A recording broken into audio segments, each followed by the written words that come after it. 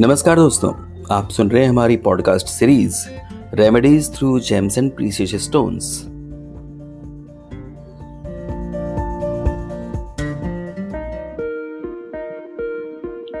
दोस्तों, जैसा कि हम लोग जानते ही हैं, हमने पहले भी चर्चा की है कि सबसे पहले जो हमारी पृथ्वी के ऊपर है वो है हमारा कंस्टलेशन यानी कि नक्षत्र मंडल, और नक्षत्र मंडल से ऊपर नवांश मंडल और उससे भी ऊपर राशि मंडल हम लोग देख पाते हैं। तो क्या कहीं नक्षत्रों के अलावा भी कुछ और भी महत्वपूर्ण बातें हैं, या फिर ऐसे कोई ग्रह हैं जो हमारी बीमारियों को सीधा सीधा संबंध रखते हों और उन्हें हम लोग भूल रहे हों या छोड़ रहे हों?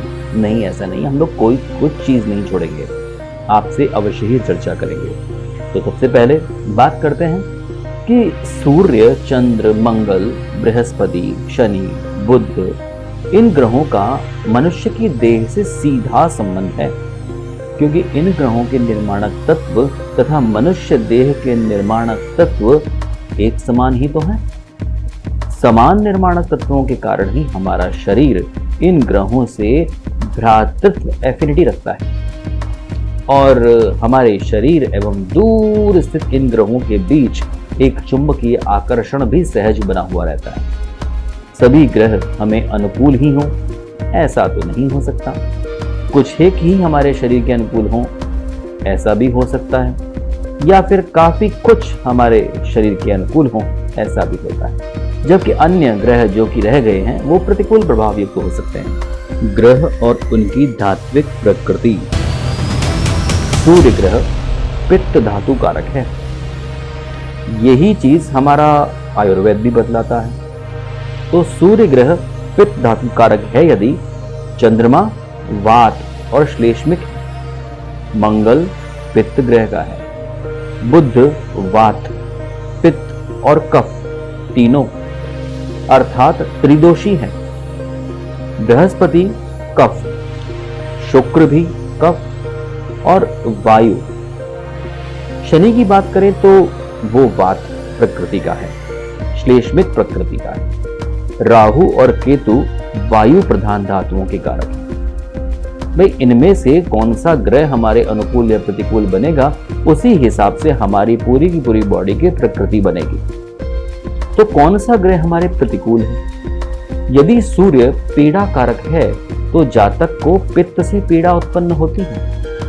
यदि आपका चंद्रमा पीड़ा कारक होने पर वात श्लेष्मिक पीड़ा होगी, मंगल से पित्तज पीड़ा होगी और बुध से त्रिदोष ही हावी होंगे, बृहस्पति से कफ जनित रोग होंगे, शुक्र से कफ जनित रोग होंगे, वायु जनित रोग होंगे, शनि से वायु जनित रोग होंगे, श्लेष्मिक रोग भी होंगे, राहु और केतु से वायु प्रधान विकार ही उत्पन्न होंगे। दूसरी बात यह ध्यान रखने योग्य है कि सातों ग्रहों का किन किन अंगों पर अधिकार होता है, उन जगहों पर यही प्रकृति जो है आपकी प्रभावी बनेगी। किस ग्रह में किस धातु की प्रधानता है, अथवा अस्थि, रुधिर इत्यादि शारीरिक पदार्थों पर किस ग्रह का आधिपत्य है, यह जानने की भी आवश्यकता है। सूर्य के बली होने पर मनुष्य की हड्डियां पुष्ट होती हैं, ऐसा सब जानते हैं। सूर्य के कमजोर होने पर हड्डियां दुर्बल हो जाती हैं। सूर्य के कुप्रभाव से मस्तिष्क में दुर्बलता भी आती है। शिर व्यथा, पित्त ज्वर, मृगी और क्षय रोग, उदर रोग एवं कलेजे की बीमारी, नेत्र रोग, चर्म रोग, अस्थि रोग, शूल रोग, इन सभी रोगों से जातक पीड़ित रहेगा। ये कब होगा? जब सूर्य का कुप्रभाव होगा। चंद्रमा के बली होने पर शरीर में रुधिर का प्रभाव बहुत अच्छा हो जाता है, मनुष्य का स्वास्थ्य अच्छा हो जाता है। परंतु यदि चंद्रमा के पापी अथवा सदोष होने पर नासिका रोग, मूत्रकृच्छ रोग, कफ जनित रोग एवं कफादि पीड़ा, पीनस रोग, पांडु रोग, व्यभिचार जनित रोग, अतिसार, मंदाग्नि एवं रुधिर विकार हो जाते हैं। मंगल के बली होने से मनुष्य की नासादि बली होती है।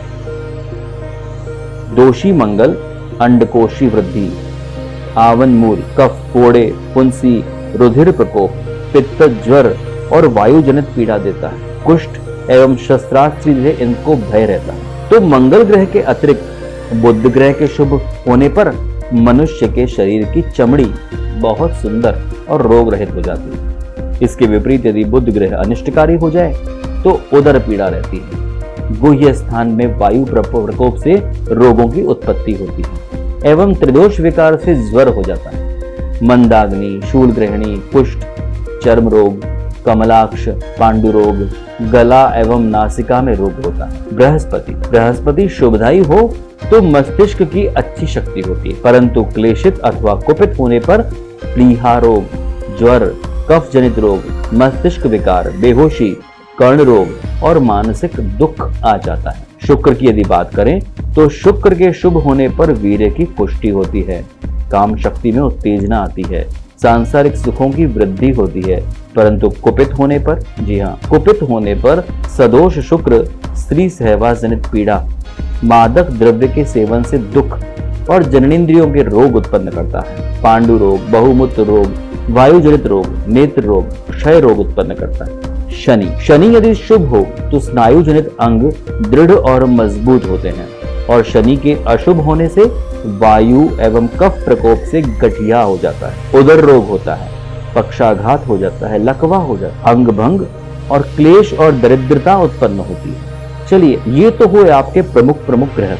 राहु और केतु के विकार से क्या होता है? राहु के विपरीत होने से मृगी, चेचक, कुष्ठ, कृमि रोग, पैरों में पीड़ा और सर्प से भय होता है। इसी ग्रह के दूषित हो जाने पर जातक आत्महत्या भी कर पाता है या करने की कोशिश करता है। केतु के विकार होने से कंडू, चेचक आदि के रोग उत्पन्न होते हैं।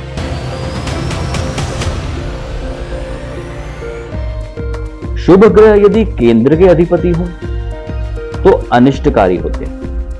पाप ग्रह यदि केंद्राधिपति हो तो इसके विपरीत अर्थात सुखदायी, और त्रिकोणाधिपति सर्वदा ही अच्छे होते हैं। षष्ठेश, अष्टमेश और द्वादशेश सदा ही अशुभ फलदायी होते हैं।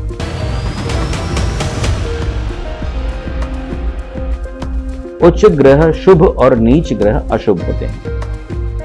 राशियों के विषय इतना ही है कि मेष, सिंह, धनु राशियां अग्नि तत्व की हैं और इन राशियों से मनुष्य की जीवन शक्ति के विचार होते हैं। इस प्रकार वृष, कन्या, मकर पृथ्वी तत्व की होती हैं। इनसे मनुष्य की हड्डी, मांस आदि का विचार किया जाता है। और वायु तत्व की राशि मिथुन, तुला, कुंभ से मनुष्य की श्वास प्रश्वास क्रिया, और जल तत्व वह राशि जैसे कर्क, वृश्चिक और मीन से रुधिर का विचार किया जाता है। इसी प्रकार ग्रहों के धातु भी होते हैं। उसी प्रकार राशियों के भी धातु माने गए हैं, यथा मेष का पित्त, वृष का वायु, मिथुन का श्लेष्मा।